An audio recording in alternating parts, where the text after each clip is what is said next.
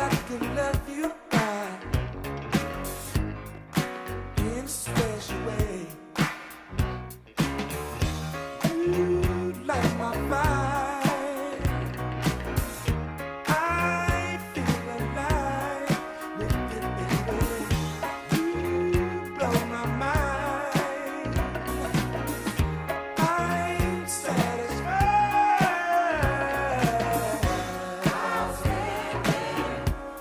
So let's go. I'm Tavis, Smiley. Delighted to have you with us in this hour of our program today, this third and final hour. I've been looking forward to this conversation, an in-depth dialogue with the publisher of The Nation magazine, Katrina vanden Heuvel, about a little of everything, I suspect. The future of progressive politics, global Trumpism, whether an oligarchy is indeed shaping our present-day democracy, and likely a few other things, knowing Katrina as I do. My first time talking to her this year. Happy New Year, Katrina vanden Heuvel. How are you? Happy New Year. Feel a lot better talking to you, Tavis. Well, I'm glad. It's been a time that demands resilience. We can despair, but we can't go hide. That's my view. No, I'm with you on that. Let me just start. You've already started, so I'll just follow you. What do you make of my word? You don't have to own it, but what do you make of the spectacle that we saw on Monday? It was a coronation. It had this feel of the three richest men in the world got into the Capitol for the event, and governors were excluded to the side. But I do think it was kind of the looting of the republic was visible. And it had the feel, Tavis, which I don't think people expected of a State of the Union. I know many people have said that. But when you're outdoors and everyone's standing, you know, the idea that this is a unified, that he wants to bring unity, which so many of the commentators on TV echoed, is just, you know, shown to be exposed as you see people doing the State of the Union dance, the jig, where half stands, half looks pained. But it was... It didn't have the speech itself was as if at a rally, but it didn't have the energy. It didn't have a valence or cadence.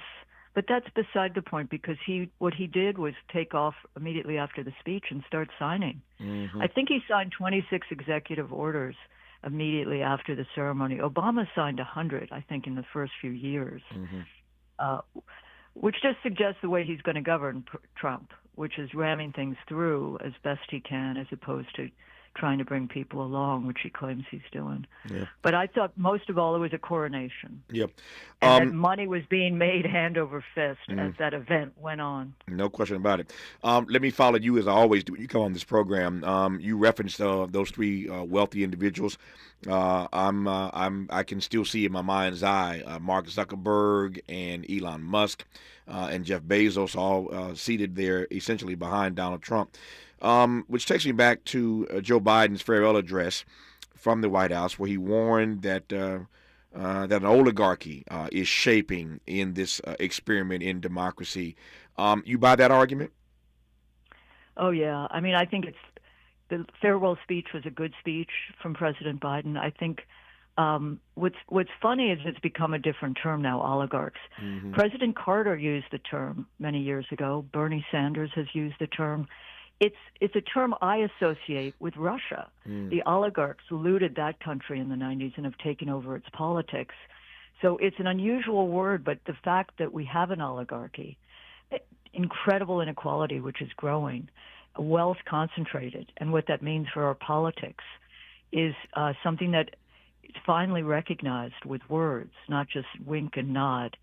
And there's steps to take. I mean, the thing, Tavis, right now is not just to criticize Trump. We could go on all day into the night and many nights.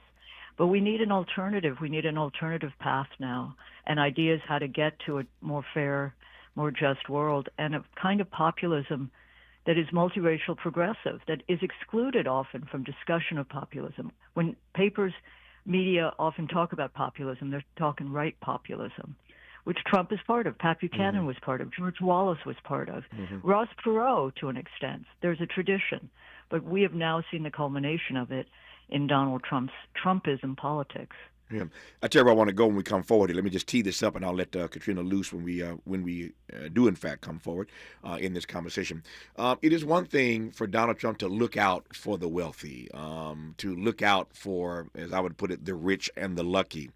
It is, to my mind, something different to bring them inside. He isn't just looking out for them as they do their business on the outside. Donald Trump is bringing them inside. And I want to ask Katrina if that is a distinction that will, in fact, make a difference. There's a great deal more to get to. Glad to have her for the hour. You're listening to the publisher of The Nation magazine, Katrina vanden Heuvel, right now, and I'm glad about it, on Tavis Smiley. From California to the Carolinas, everybody's listening to Tavis. More when we come forward.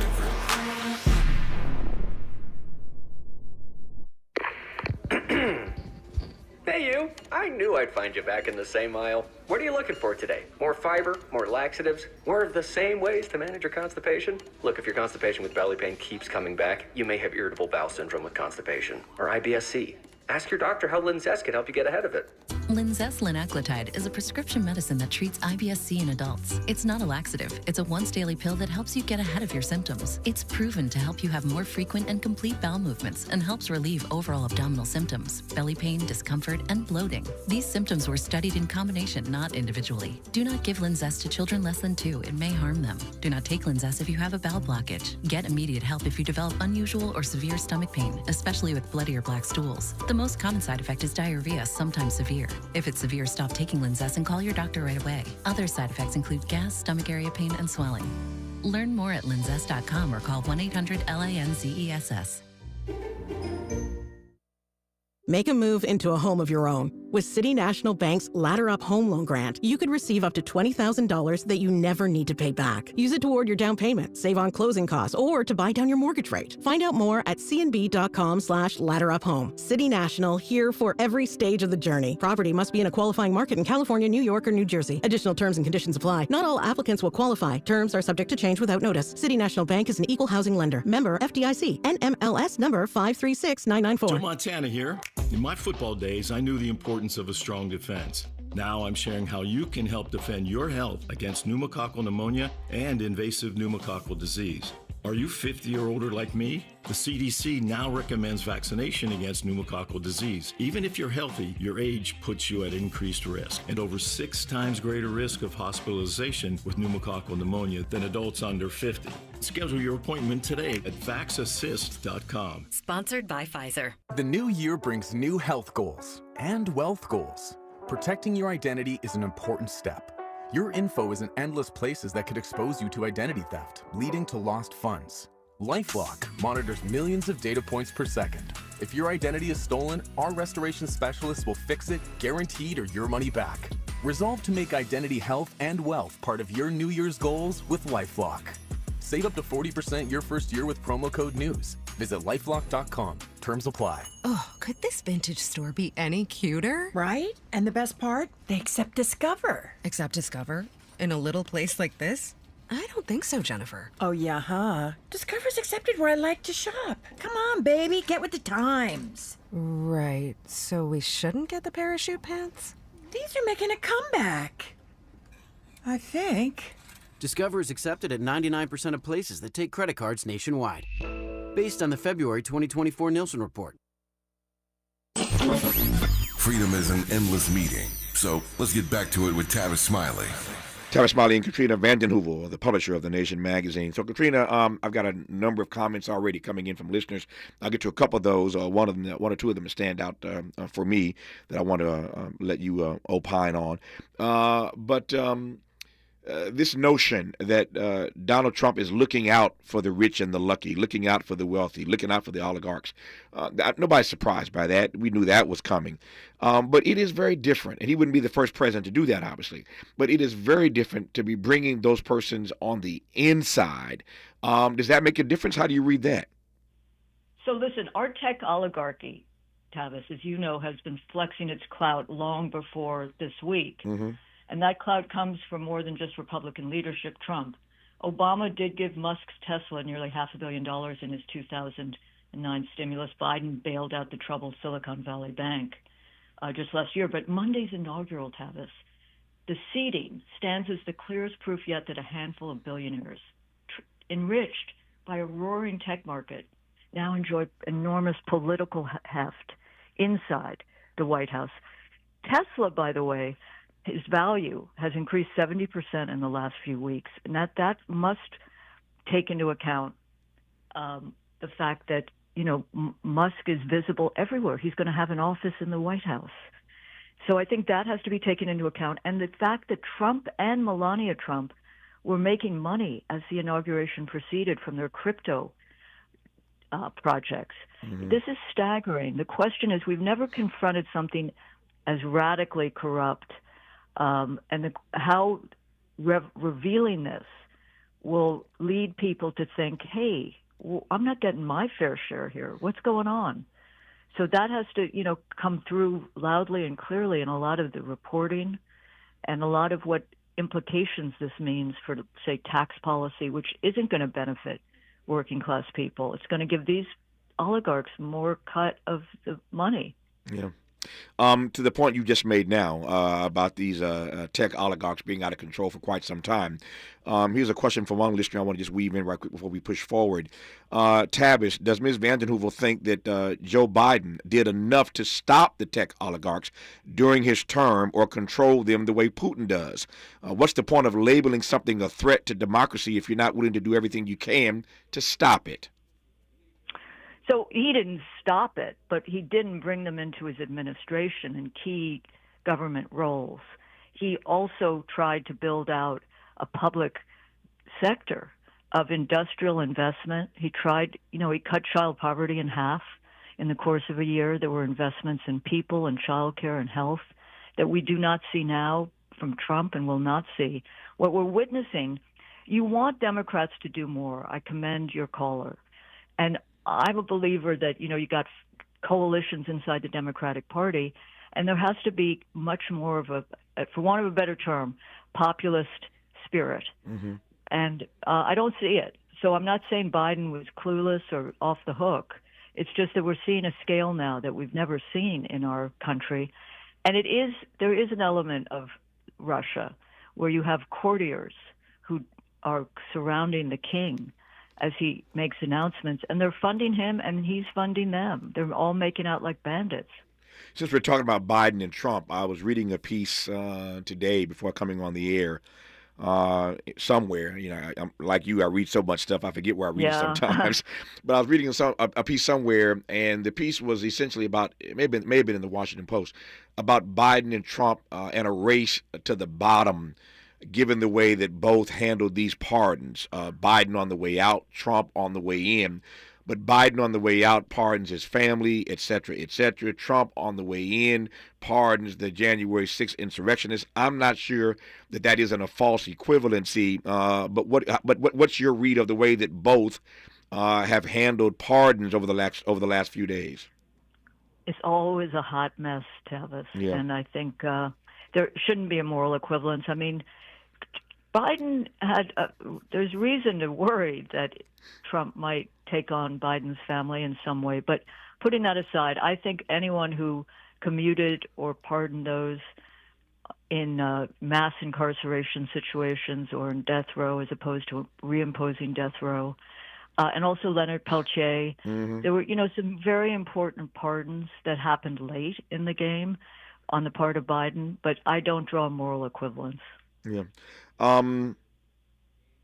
How do you think that his actions in the last few days, indeed the remaining hours of his administration, will taint or not his legacy? Biden, that is. This is Biden? Yes, Biden, yeah. Well, I mean, the pardon stuff is traditional, and as I said, usually a hot mess. I remember Clinton and Mark Rich. Sure. I mean, my memory of most transitions, Biden leaving the White House, Mr. President and Dr. Biden, this is, there was a traditional ritualistic quality which belies the staggering corruption and other factors of this new administration. But I didn't, I know there's someone who briefed Steve Miller, poor person, on all the transition plans from nuclear to, Homeland Security. That goes on. But I do think that Trump dangerously comes into a second term much more disciplined, much more constrained by chiefs of staff who he's picked and have worked with him, as opposed to, look at what he did to John Bolton. Listen, no one should, be harmed, but John Bolton is a bad player. Yeah. He should not be near the government in terms of security or other factors. Yeah. I am concerned. Let me see if I can get this out. And if I can get it out, I certainly want to hear your perspective on it.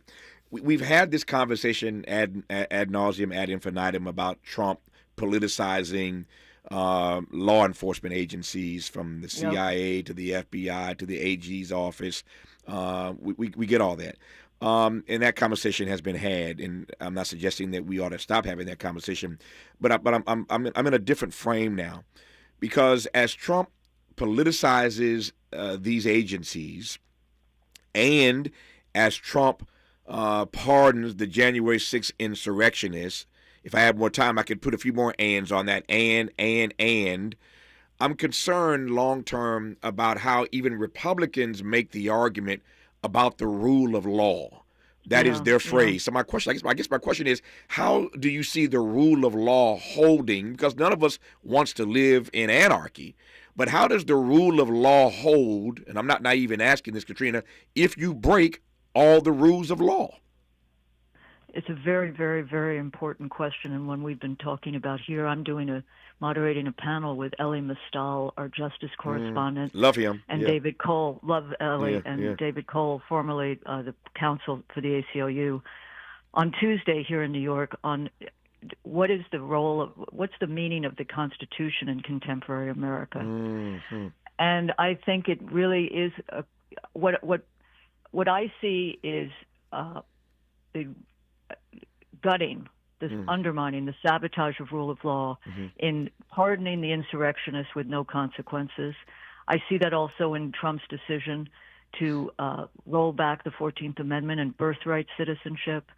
It's no rule of law. I'm the law. I'm above the law. However, I also see the resilience of what I might call civil society, where you have a number of nonprofits like the ACLU, which was founded about 100 years ago, and also attorneys general around the country, where you see the power of state attorneys general, and there's already lawsuits on these fronts.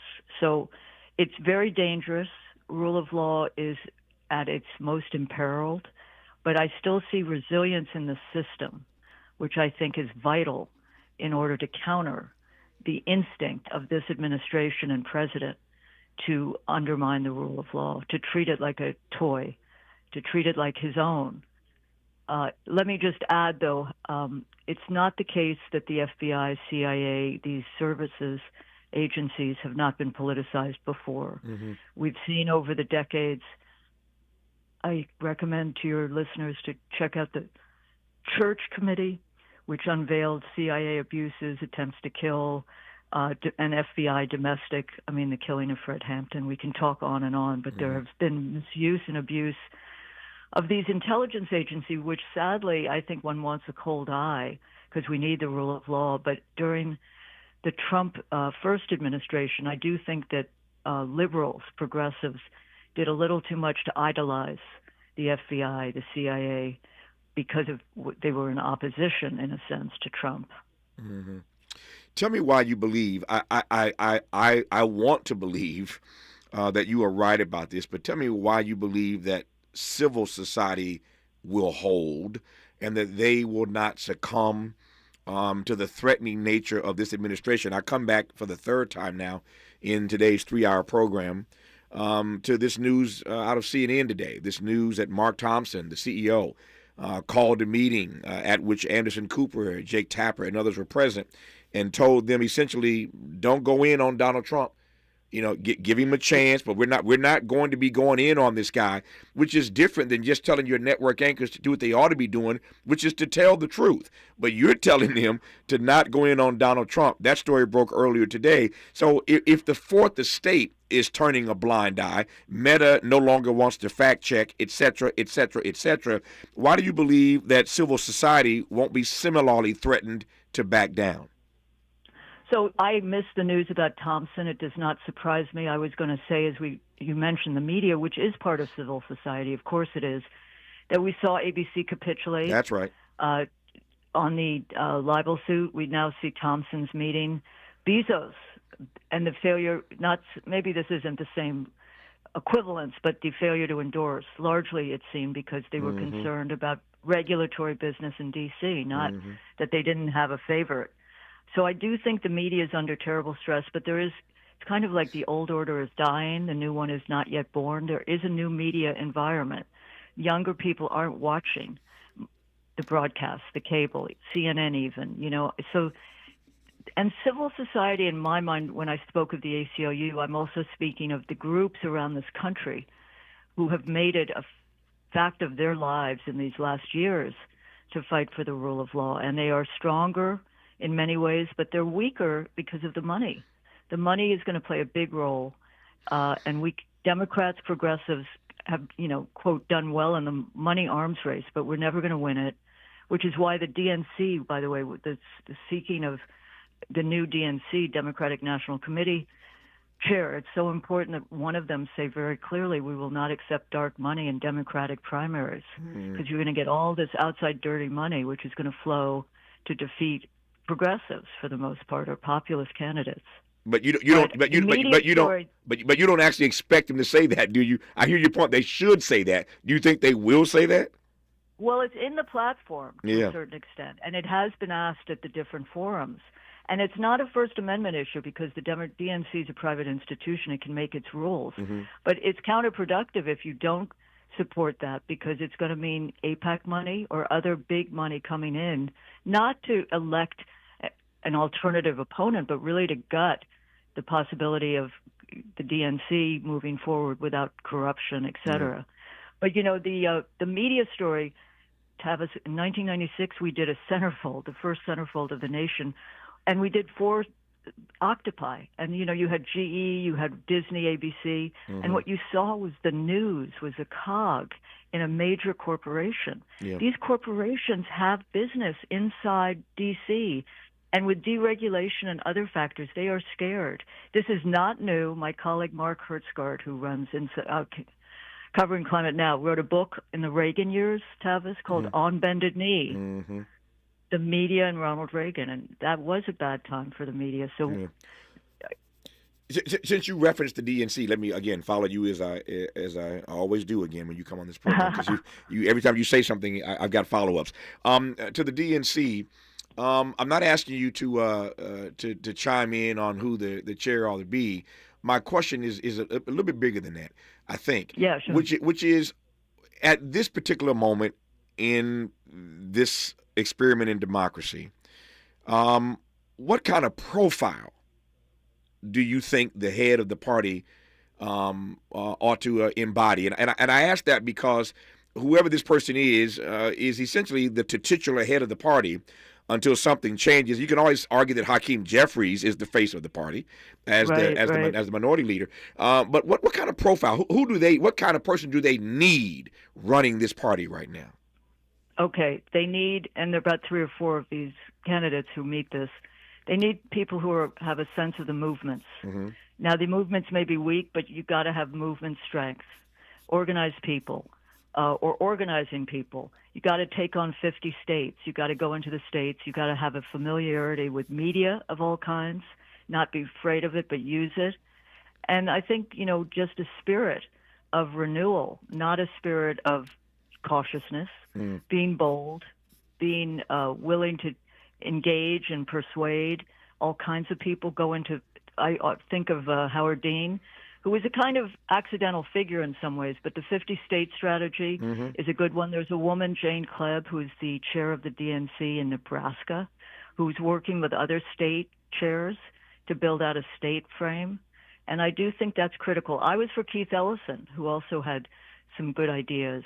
So I think we're at a good place with 3 or 4 people running Yeah. who would be strong in the ways I suggest. When we come forward, I want to ask Katrina a point blank and direct question about The Nation magazine. It is must-read copy for me, some of the best writing. I love her team. Many members of her team are regulars on this program, Ellie Mistal, John Nichols, and, of course, always honored to have the publisher in person, Katrina Vandenhoevel on this program. But my question is whether or not The Nation is concerned, whether or not they are lawyering up. Because if Donald Trump is going after ABC and other networks, there are lawsuits against other networks. He went after that paper in, was it Iowa, Idaho? I think it was Iowa. It was Iowa, yeah. Went after a newspaper in Iowa. And so they're going to stop at nothing to go after the media. And there are concerns that the black media has. I think it's true that the black media is not going to back down. We're going to be trying to raise critical questions over these next 4 years, but at what risk? And I'm curious as to whether the publisher of a major publication like The Nation is concerned about the administration coming after them for the truth that they tell on their pages. We'll talk about that with Katrina Vandenhoevel and a great deal more when we come forward on Tavis Smiley. This is getting good. Yeah, man. Tavis Smiley continues when we come forward.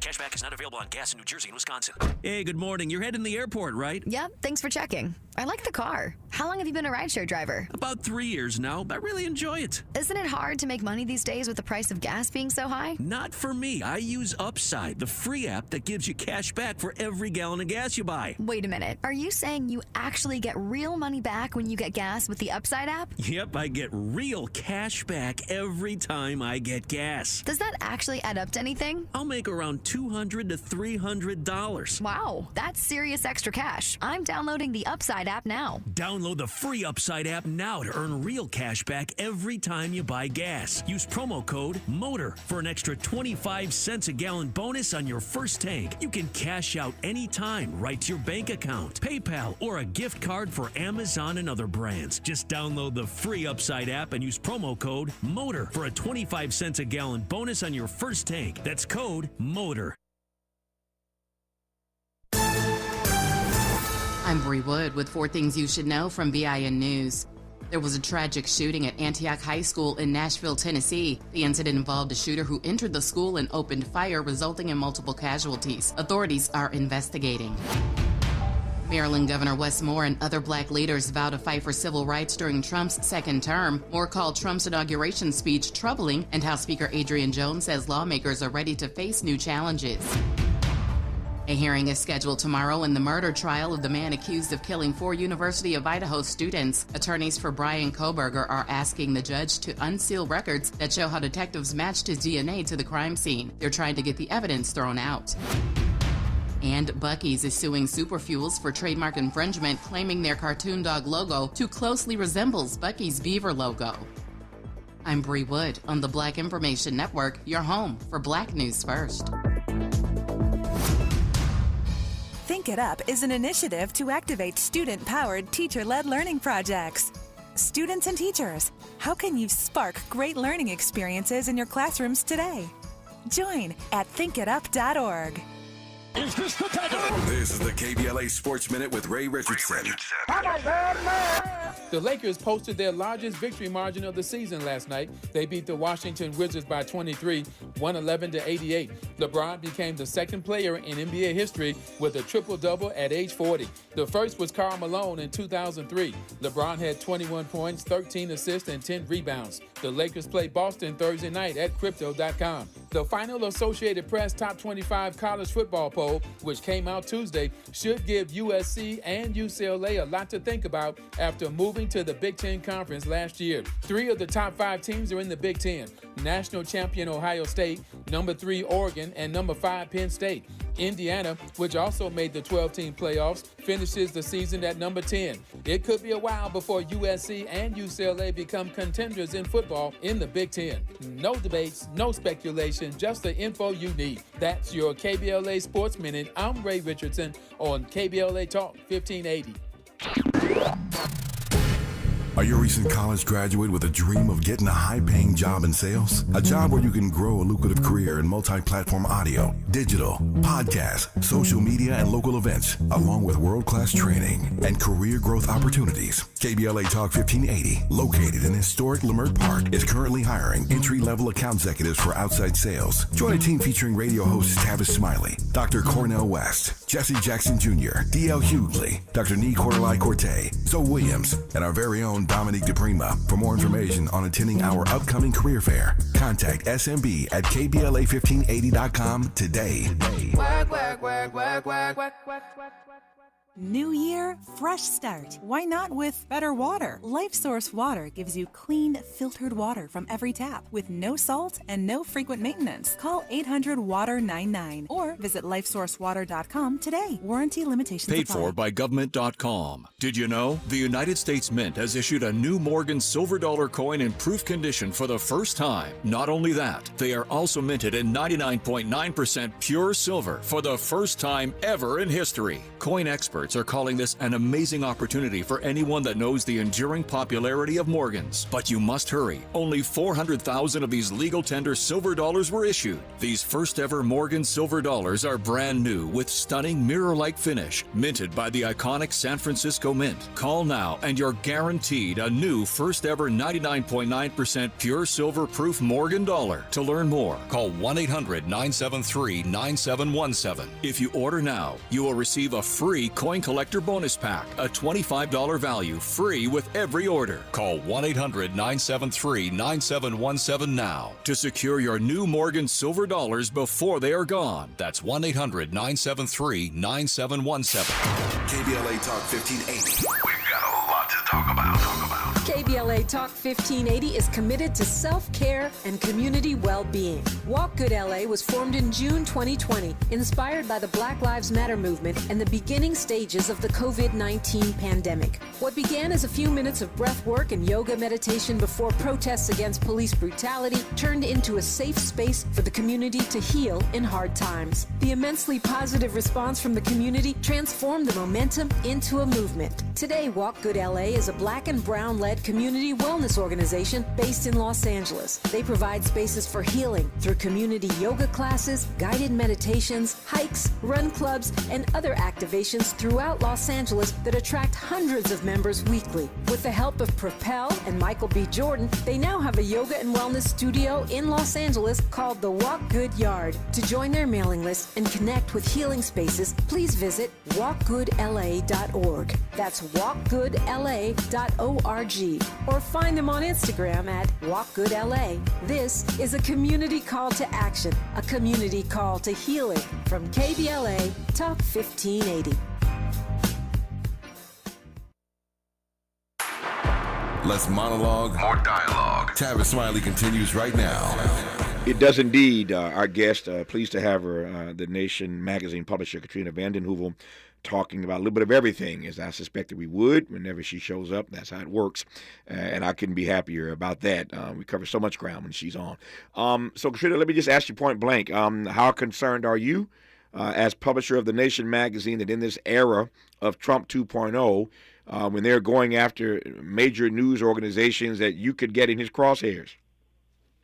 It'd be foolish not to be concerned, Tavis. I do think he'll begin with the big media because of the deregulatory agenda that they seek and he supports. So there will be a kind of synergy. But, you know, the repression of the media is not new. You know that, Tavis. Mm-hmm. I mean, during the McCarthy period, the media pace is different. I mean, it's just 24/36/7, I admit. But in the McCarthy era in the 50s, the Nation wouldn't be published in New Jersey because the publisher was fearful. So the publisher at that time had a friend in Alabama who did almanacs. So we shipped the Nation down there for about a year. We were banned from the Postal Service because of criticism of a labor leader. So I think there are layers here that we have to be vigilant. We have to be lawyered up. We have to make sure our fact-checking. Though, you know, but it's a very tricky time. I do think the big media are in the hot seat, but they will go after those who do investigative reporting, for example, revealing the staggering corruption, the looting, the conflicts of interest. I talked to one of my regular contributors yesterday, Ruben Navarrete Jr., who's the most widely read Latino columnist in the country, courtesy of his Creators Syndicate column every week. Right. So Ruben was on yesterday, and I was asking him, given all that we've seen over the last 72 hours, whether or not he believes that all those Latinos who voted for Donald Trump now have buyer's remorse. Since we had a fascinating dialogue about that, I raise that only as an opportunity to ask you, putting you on the spot, of the persons who in fact did support Donald Trump, who do you think is going to be first up experiencing that buyer's remorse as he continues to roll the way he is? Well, I mean, you see the birthright, what's happening to immigrants and the deportation and the ability to likely go into schools and factories. The most vulnerable, the most voiceless. And I think that will be first up on the agenda in terms of those who thought, they'd have a fair share of the economy or new jobs. I think we're going to see that violated soon, too. I don't know. What strikes me, Tavis, is this kind of imperial delusion that Trump is adopting. Like, he's not simply king of Washington. He's going to rule the Western Hemisphere, the Gulf of America, Panama Canal, manifest destiny, which is a term from the 1900s, sphere of influence. It's as if he wants to carve up the world, and he's beginning on Inauguration Day. So that, too, is going to play into the sense of global Trumpism. I think there will be counter reactions to what he's doing, but what we're witnessing in much of the world, Philippines, Europe, the rise of a Trumpist populist right is not going to go away until there's grappling with the kind of exit, the anti-systems time we're in. But I think we're in this moment where one hopes that there is a connection between revelation of what Trump is doing and the impact on people, those very people who may have voted for Trump, but seeing and waking up and turning to alternatives that are not dangerous. But that may take a long time. That may take too long, but I still think there's a resilience in this country, in valleys and in states and in cities and in hamlets, that will withstand to a large extent this time. Yeah. I want to ask two questions back to back, which is not typically my way, but I want to get out of your way and let you respond. I think I know your answer to the first. The second, not so much. Is global Trumpism on the march? And if it is on the march, can it be stopped? So here's the problem. The center right is in decline in many countries. It's failed to speak. It's presided over this big term, neoliberalism of the economy, which hasn't helped people. But I do think there are alternatives in those countries that are beginning to wake up. But there's no question that in Germany, for various reasons, the economy's suffering. You have the rise of a right wing. You also have a populist constellation.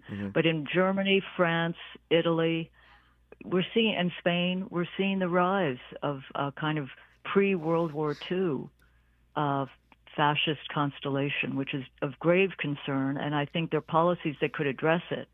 But Trump is going to feed it for a while. Biden, I fear, with the international rules of order and America as the leader of the free world and the indispensable nation, that's not what the world is anymore. So you got China, you have Russia to tackle, Turkey.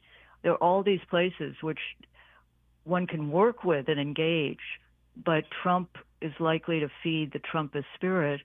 And I'll say one last thing, that leaving the energy accords, the climate crisis accords, is going to set that back decades, which is, look at what's happening in California. I don't need to tell you. Yeah. And also, I was struck by his leaving the World Health Organization. If there's a pandemic, bird flu situation, WHO, despite the craziness of the handling of COVID, played an important, sober, concrete role. Yeah. You think we're sleepwalking into anarchy?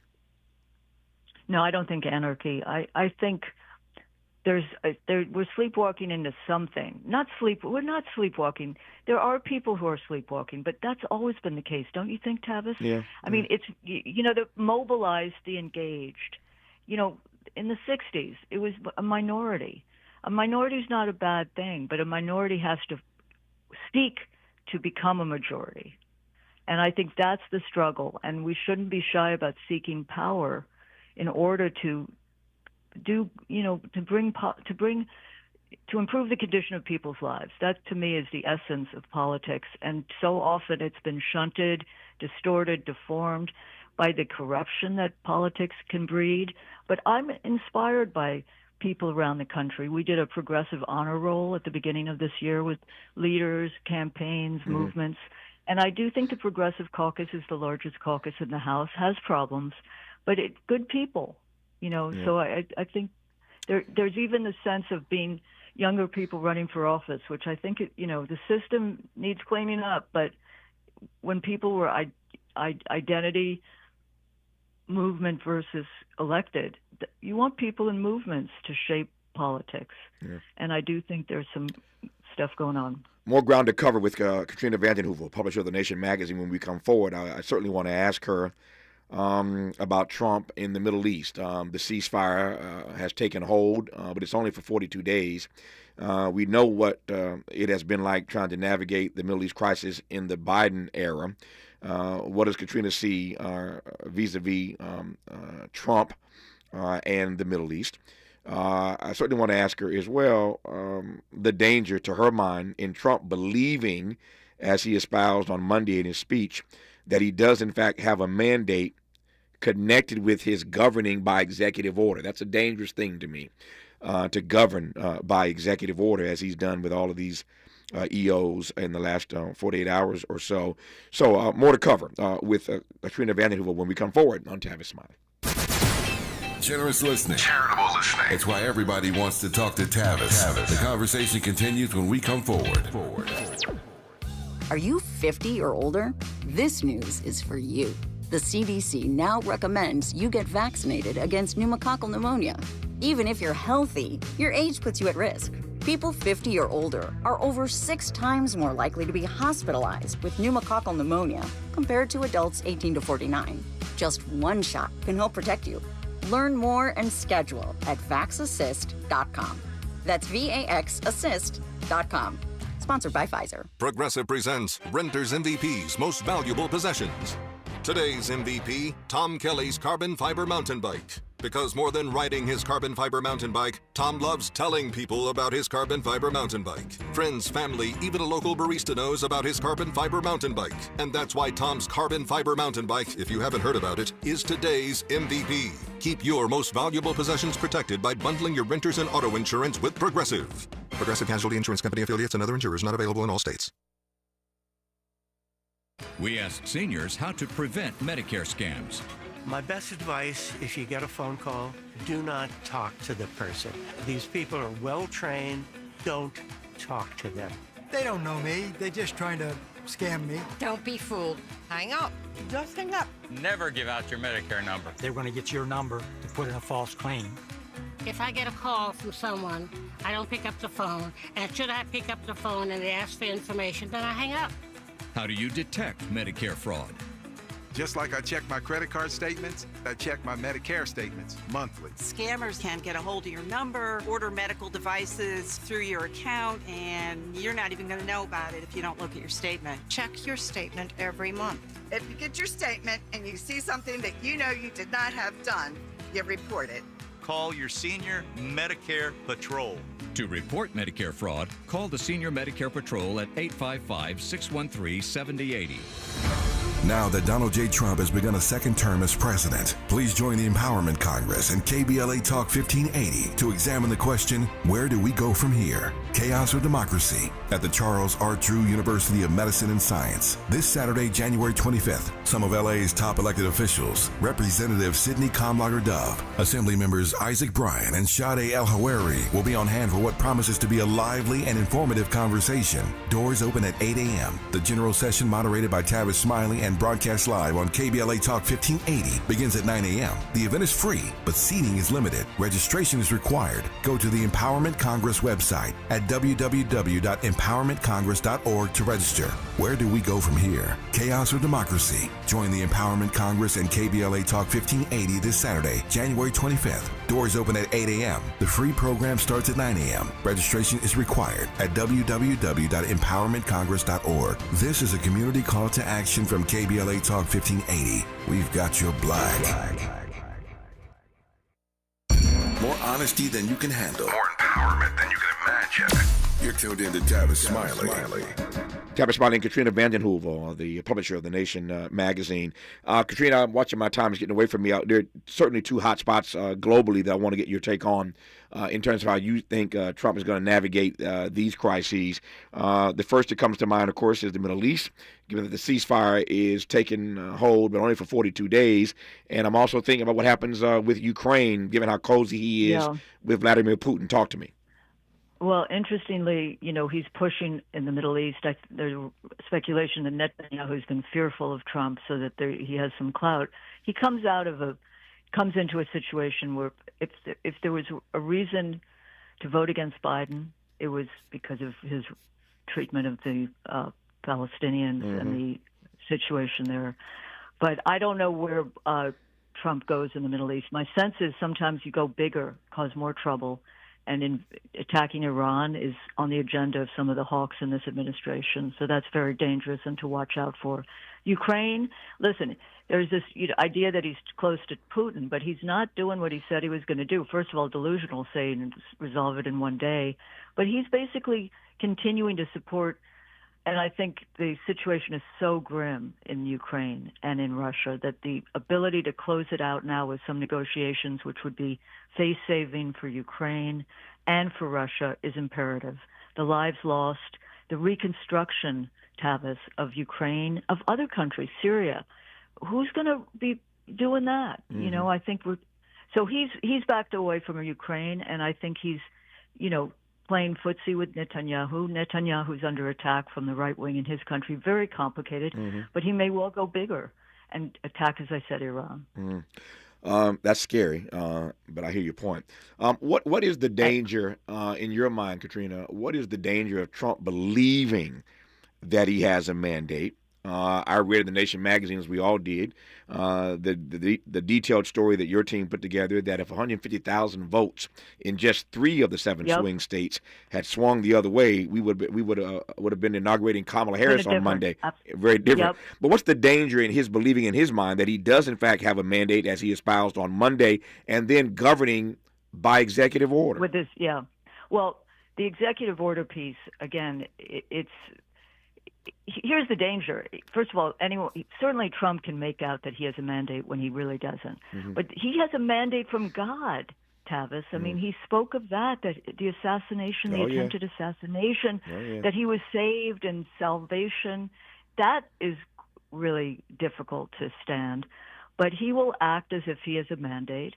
And I think every day people have to understand he doesn't, that there are parts of this country that are deeply that are polarized, and not just because the media says so, but because of inequality, because of healthcare issues, because of education, access to community needs. There are a whole set of things that deny Trump a mandate. But this is a guy who studied, if your listeners don't know Roy Cohn, Roy Cohn trained Trump to be shameless, to be brazen, to take the mandate if one didn't have it, seize a bigger one if you could, and just be brazen and shameless. And I think on some level there's something that appeals to people about that. But I hope that the day comes soon where the reality is revealed, not just the delusional propaganda. Yeah, when you tell me you got a mandate from God, well, our remaining moments with Katrina Vanden Heuvel when we come forward on Tavis Smiley.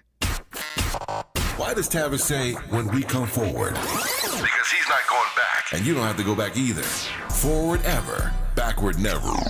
More of Tavis Smiley when we come forward. Some Some people just know they could save hundreds on car insurance by checking Allstate first. Like to check the propane tank on your grill first, before hosting a tailgate. Let's fire up. Here, let me try.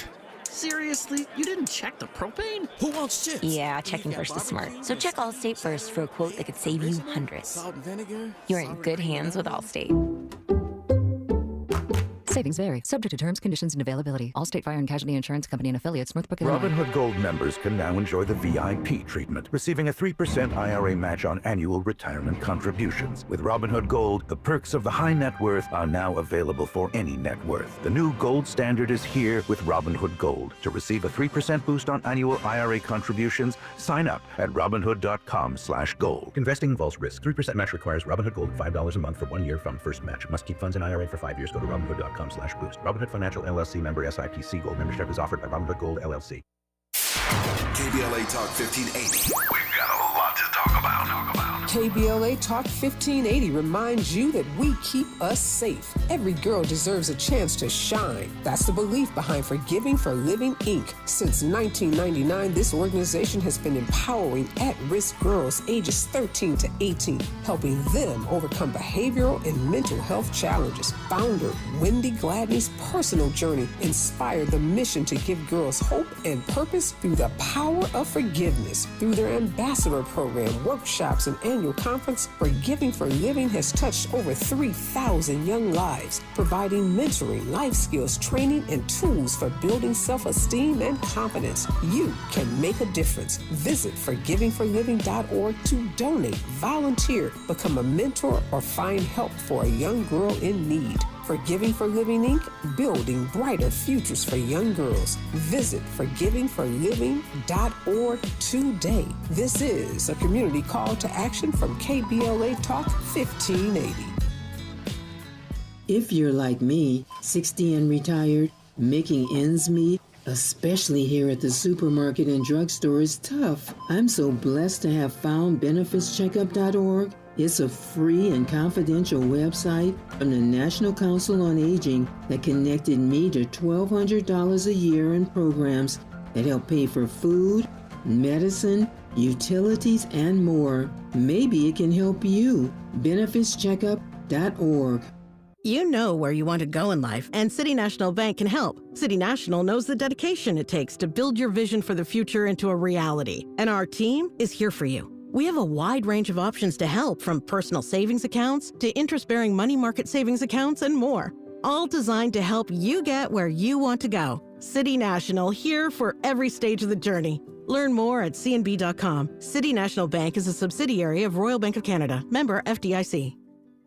Helping to make you the most knowledgeable person in your circle of friends. This is Tavis Smiley. Tavis Smiley and the publisher of The Nation magazine, Katrina Vanden Heuvel.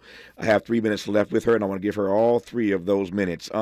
This program started with, this hour, I should say, started with Katrina talking about what she termed, I love the phrase, our witnessing in real time, the looting of the republic. That's her phrase, the looting of our republic. We have talked in this hour about Donald Trump's imperial delusion, another Katrina Vanden Heuvel phrase. But I want to give the last 2.5 minutes to you, Katrina. I am curious as to what the looting of the republic looks like for you over the next 4 years. It's the draining of the possibilities this country has. It's rolling back the civilizing advances of the 20th, 21st century, from civil rights to civil liberties to economic rights. But it demands people to resist, and resistance comes in different ways, Tavis, as you know. We're not seeing the great Women's March of 2017, but I did want to close out by tribute to Cecile Richards, who was director of Planned Parenthood at critical times, was Ann Richards of Texas, the governor of Texas's daughter. She worked with labor, women, and she really made that Women's March happen. But she passed yesterday.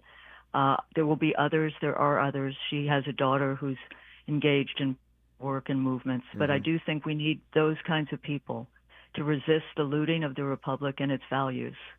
And that's the mandate we have at the nation, and I think there are many good people in this complicated time who share that mission.